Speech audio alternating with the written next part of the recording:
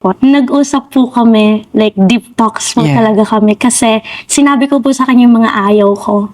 Kasi first time pong kaming nakita, so parang may mga napansin po ako na ganito, ganyan. Pero hindi ko po siya sinabihan na ibahin mo to, ibahin mo to. So sinabi ko lang po yung mga napansin ko na ayaw ko. Mga nakita daw niyang hindi niya gusto sa buhay ni Kaloy. So, nakikita po natin, di ba, na si Goldie talaga yung nasusunod sa kanilang dalawa. Whatever Chloe says, Kaloy does.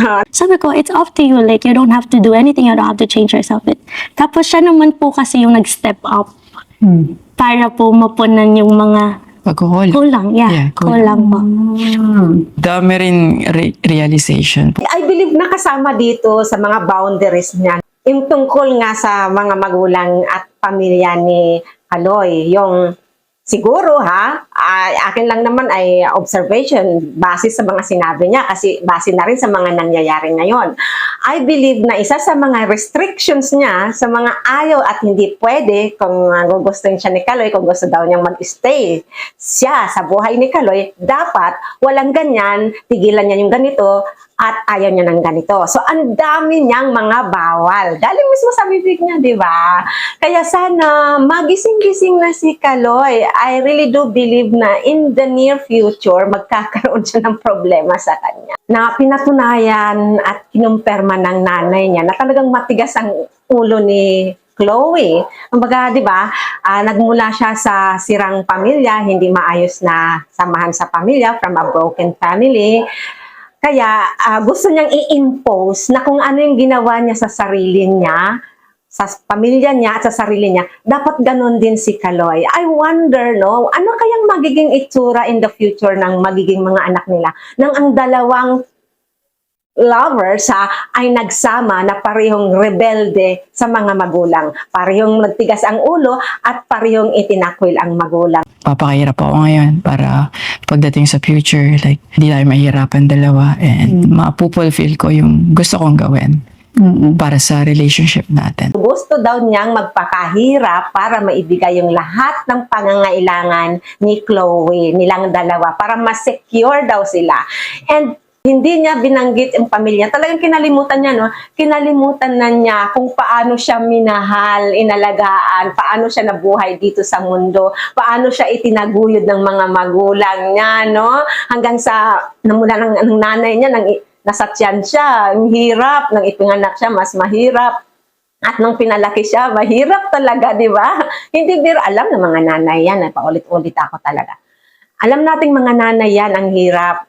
At dito, wala siyang planong suklian, di ba? Mas pinili niya yung bago lang niyang nakilala. Sa ilang taon siyang minahal, sinuportahan, inalagaan, inalalayan ng kanyang mga magulang. So, it's really unfair. It's really unfair. Kasi ang tao, ang mga anak, habang lumalaki, paulit-ulit yan nagkakamali sa magulang. Pero kahit minsan, di ba, kayo ito lang, ang isang anak.